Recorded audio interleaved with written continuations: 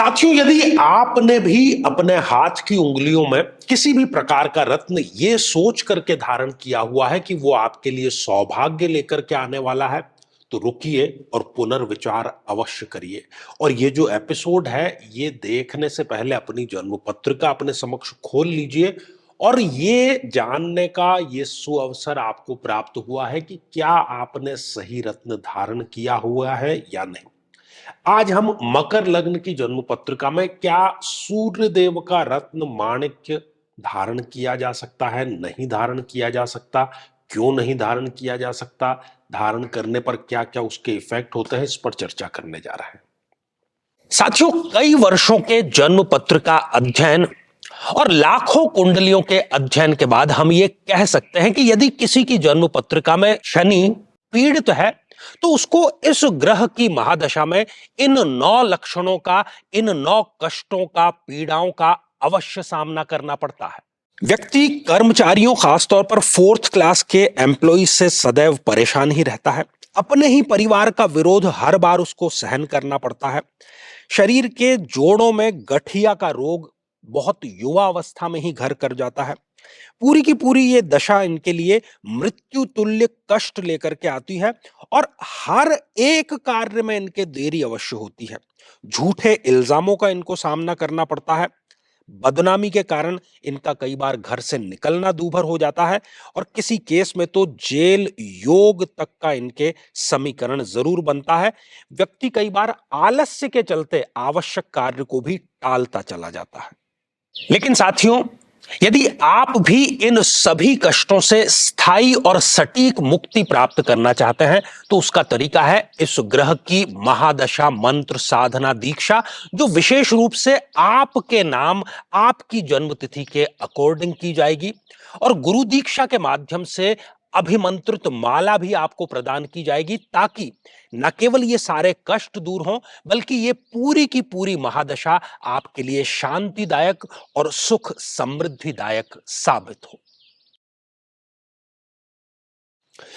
तो मेरे बहुत ही प्रिय और बेहद सम्मानित साथियों, हृदय की असीम गहराइयों से अभिनंदन, बहुत बहुत हार्दिक स्वागत। साथियों, ये रही मकर लग्न की जन्म पत्रिका। सूर्यदेव जो कि एक अति मारक ग्रह है, क्योंकि लग्नेश है शनिदेव और उनके परम शत्रु सूर्यदेव। यदि अभी तक आपने अपने लग्न से संबंधित साथियों एपिसोड यदि नहीं देखा है तो यहां आई बटन में हमने आपको उसका लिंक प्रोवाइड करा दिया है, जाकर के जरूर देखें, समझें और जानें। साथियों, अति मारक ग्रह सूर्य का रत्न नहीं धारण करना चाहिए। ये किस भाव में विराजमान होकर के यदि धारण कर लिया तो क्या रिजल्ट प्रदान कर देगा। मान लीजिए कि सूर्य लग्न में ही विराजमान है और यदि आपने उसको धारण कर लिया तो ये पेट भी खराब करेगा, आत्मविश्वास आपका खराब करेगा, कोई भी कार्य ये बनने नहीं देगा और मल्टीपल बीमारियां ये एक साथ में लेकर के आ जाएगा। साथियों, सूर्यदेव यदि इस द्वितीय भाव में विराजमान है तब भी आपको ये रत्न धारण नहीं करना चाहिए। ये धन की कमी लेकर के आएगा, पैतृक विवाद लेकर के ये आ जाएगा और वाणी में कड़वाहट, चिड़चिड़ापन और गुस्सा ये लेकर के आ जाएगा। साथियों, सूर्यदेव यदि इस तृतीय भाव में विराजमान है तब भी धारण नहीं करना है। यदि धारण किया है तो ये रिस्क लेकर के जितने भी आप काम करेंगे उसमें डूबना सुनिश्चित कर देगा। भाइयों से ये संबंध खराब कर देगा। सपने तो बहुत बड़े देखेगा व्यक्ति, लेकिन उसको वो पूरा करने में सक्षम नहीं हो पाएगा। साथियों, सूर्यदेव यदि उच्च राशि के होकर के और इस चतुर्थ भाव में विराजमान हो जाए तब भी वो आपको अच्छा परिणाम नहीं देंगे। नहीं इसको धारण करना है। माता से संबंधित कष्ट आपको झेलना पड़ सकता है, उनके स्वास्थ्य की चिंता बढ़ सकती है। अपना मनपसंद घर, मनपसंद गाड़ी खरीदने में ये कहीं ना कहीं परेशानी का सबब बन जाएगा और चरित्र पर भी ये कोई झूठा आरोप अवश्य लगवा देता है। साथियों, सूर्यदेव यदि इस पंचम भाव में विराजमान हो जाए, इस स्थिति में भी धारण आपको नहीं करना है। और यदि धारण व्यक्ति कर लेता है तो वो संतान सुख से वंचित रख सकता है, संतान से संबंधित कोई पीड़ा दे सकता है। रिस्क के जितने भी काम हैं जिसमें कि आकस्मिक लाभ या हानि होती है, जैसे कि शेयर मार्केट की यदि हम बात करें तो उसमें ये हानि सुनिश्चित अवश्य कर देगा। बहुत लंबे चले हुए प्रेम प्रसंग को भी ये धोखे में परिवर्तित कर देता है। साथियों, सूर्यदेव यदि इस रोग के भाव में विराजमान हो जाएं तब भी आपको धारण नहीं करना है। ये पेट से, आंतों से, सिर, आंख, दिल से संबंधित और हड्डियों से संबंधित समस्या का कारण बन सकता है। साथियों, सूर्यदेव यदि इस सप्तम भाव में विराजमान हो जाएं, नहीं धारण करना है। यदि आप इसको धारण करते हैं तो ये आपके विवाह में किसी न किसी प्रकार का कष्ट लेकर आएगा। अव्वल तो उसमें ये बाधा करेगा, विवाह योग्य आप हैं लेकिन रिश्ता नहीं मिल रहा है। दाम्पत्य जीवन को ये खटास में लेकर से आ सकता है। और साथ ही यदि आप कोई व्यवसाय पार्टनरशिप में करते हैं तो उसमें भी ये निराशा अवश्य लेकर के आता है। साथियों, सूर्य स्वग्रही होकर के और इस अष्टम भाव में विराजमान हो जाएं तब भी आपको धारण नहीं करना है, भले ही स्वग्रही है।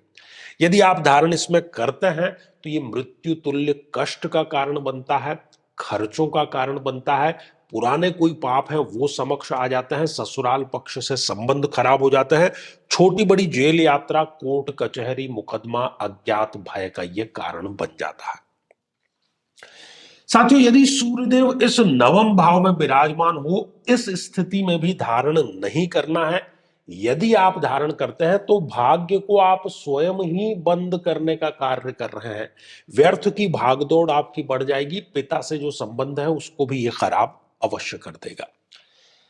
साथियों, सूर्य नीच राशि के होकर के और इस दशम भाव में यदि विराजमान हो जाए तब भी आपको ये धारण नहीं करना चाहिए। यहां पर भी ये पिता से संबंध खराब करेगा। साथ ही यदि आप कोई व्यवसाय ऐसा करते हैं जो कि पिता से आपको प्राप्त हुआ है, उसमें ये असफलता लेकर के आएगा। झूठे आरोप और जो पद आपने धारण किया हुआ है उस पद को ये त्यागने में भी आपको सहायता अवश्य प्रदान करेगा। तो ये नेगेटिव है। साथियों, सूर्यदेव यदि इस एकादश भाव में विराजमान हो जाए तब भी आपको धारण नहीं करना है। इस स्थिति में यदि धारण करेंगे तो आय घटेगी, लाभ घटेगा, नेतृत्व क्षमता में आपके कमी आएगी और इच्छा पूर्ति तो आप भूल ही जाइए। साथियों, सूर्यदेव यदि इस द्वादश भाव में विराजमान हो जाए तो यहां पर भी आपको धारण बिल्कुल भी नहीं करना है। ये खर्चों को बढ़ाएगा, विदेश संबंधों को ये खराब करेगा, विदेश व्यापार को खराब करेगा, वृद्धावस्था से संबंधित जितनी समस्याएं हैं उसको ये बूस्ट करेगा। छोटी बड़ी जेल यात्रा, अस्पताल के कोर्ट कचहरी मुकदमे के खर्चे ये बढ़ाने का कार्य करेगा। तो साथियों, हमने देखा कि मकर लग्न की जन्म पत्रिका में सूर्य जो कि अति मारक ग्रह है, उनका रत्न कभी धारण नहीं करना है। लेकिन हम यहां पर एक अपवादजनक स्थिति को भी जान लेते हैं। उसके लिए हम पुनः जो है शुरुआत करते हैं और वो है विपरीत राजयोग की स्थिति। साथियों, विपरीत राजयोग उसको कहा जाता है कि जब 6-8-12 का स्वामी 6-8-12 में ही हो और लग्नेश मजबूत स्थिति में हो। तो वो कैसे होगा कि यदि सूर्यदेव इस छठे में है या इस 8वें भाव में है या इस द्वादश भाव में, इन तीनों में से कहीं पर सूर्यदेव होने चाहिए। और इस स्थिति के साथ में ही शनि या तो लग्न में हो, रोचक योग बना रहे हैं यहां पर भी वो रोचक योग उच्च का होकर के बना रहे हैं, या वो स्वयं भाग्य स्थान में यहां पर विराजमान हो, या इस सप्तम भाव में विराजमान हो, या इस पंचम भाव में विराजमान हो और दोनों की ही डिग्रियां अच्छी हो। कोई भी ग्रह इन दोनों में से 0 या 28-29 जैसी डिग्रियों का न हो तो ये विपरीत राजयोग बन जाता है। और ऐसी स्थिति में आप माणिक्य भी धारण कर सकते हैं सूर्य का, और आप शनि का जो रत्न है नीलम, वो भी दोनों आप ये धारण कर सकते हैं।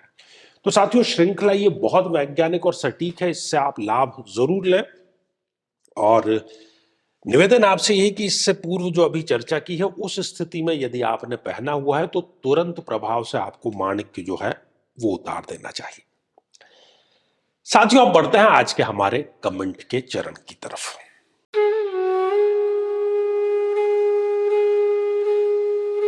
और आज का जो कमेंट है ये कीर्ति रंजन सामल जी भेजते हैं। प्रणाम गुरु जी। कीर्ति जी, आशीर्वाद हृदय की असीम गहराइयों से। मकर लग्न की कुंडली में, मकर लग्न हमारे भी यहां पर मकर लग्न है, केतु 12th हाउस में है, क्या कैट्स आई पहनना चाहिए? केतु का रत्न।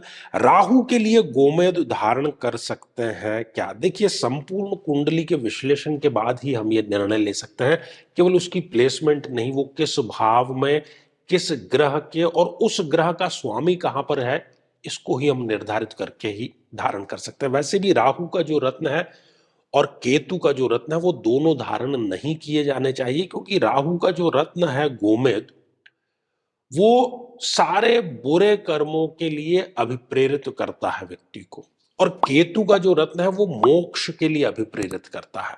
और हमें जीवन जीना है, गृहस्थ, परिवार, समाज, सोसाइटी में, इसलिए जो दूसरे मुख्य 7 रत्न हैं उनमें से जो योग कारक है उसी रत्न को हमें धारण करना चाहिए।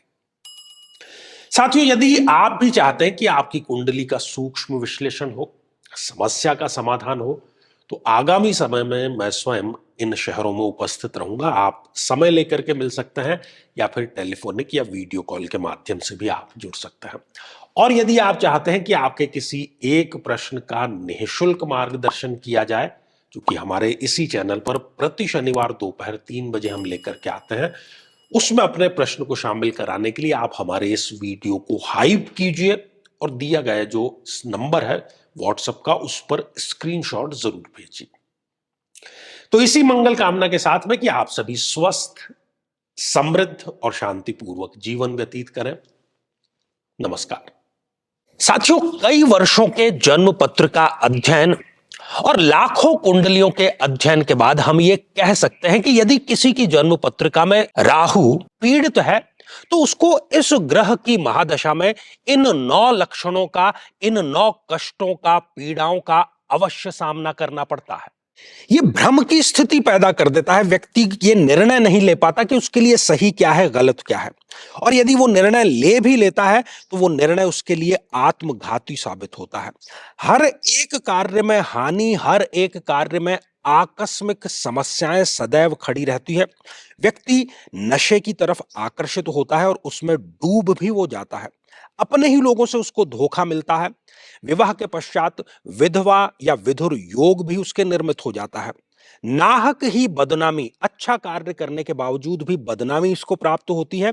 छोटी बड़ी जेल यात्रा का योग भी यहां पर निर्मित होता है और घर में सदैव गृह कलेश का वातावरण बना रहता है।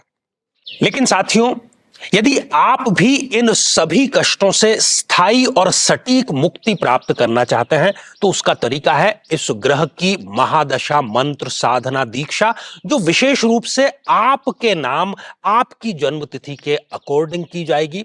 और गुरु दीक्षा के माध्यम से अभिमंत्रित माला भी आपको प्रदान की जाएगी, ताकि न केवल ये सारे कष्ट दूर हों, बल्कि ये पूरी की पूरी महादशा आपके लिए शांतिदायक और सुख समृद्धिदायक साबित हो। साथियों, कई वर्षों के जन्म पत्र का अध्ययन और लाखों कुंडलियों के अध्ययन के बाद हम ये कह सकते हैं कि यदि किसी की जन्म पत्रिका में केतु पीड़ित है तो उसको इस ग्रह की महादशा में इन 9 लक्षणों का, इन 9 कष्टों का, पीड़ाओं का अवश्य सामना करना पड़ता है। किसी न किसी प्रकार की तंत्र बाधा का बना रहना, बहुत आसानी से और बहुत जल्दी नजर लग जाना, त्वचा अर्थात स्किन से संबंधित रोग हो जाना, व्यक्ति का अकेलेपन का शिकार हो जाना, किसी न किसी प्रकार का झूठा कोर्ट केस इन पर होता है। व्यक्ति डिप्रेशन में जाकर के नशे का सेवन करना शुरू कर देता है। कितना ही अच्छा कार्य करे लेकिन उसके पक्ष में केवल बदनामी ही आ जाती है। शत्रु जिधर देखो उधर नए नए पैतरे अपनाते रहते हैं और व्यक्ति घर में भी गृह कलेश का शिकार होता रहता है। लेकिन साथियों, यदि आप भी इन सभी कष्टों से स्थायी और सटीक मुक्ति प्राप्त करना चाहते हैं तो उसका तरीका है इस ग्रह की महादशा मंत्र साधना दीक्षा, जो विशेष रूप से आपके नाम, आपकी जन्मतिथि के अकॉर्डिंग की जाएगी। और गुरु दीक्षा के माध्यम से अभिमंत्रित माला भी आपको प्रदान की जाएगी, ताकि न केवल ये सारे कष्ट दूर हों, बल्कि ये पूरी की पूरी महादशा आपके लिए शांतिदायक और सुख समृद्धिदायक साबित हो।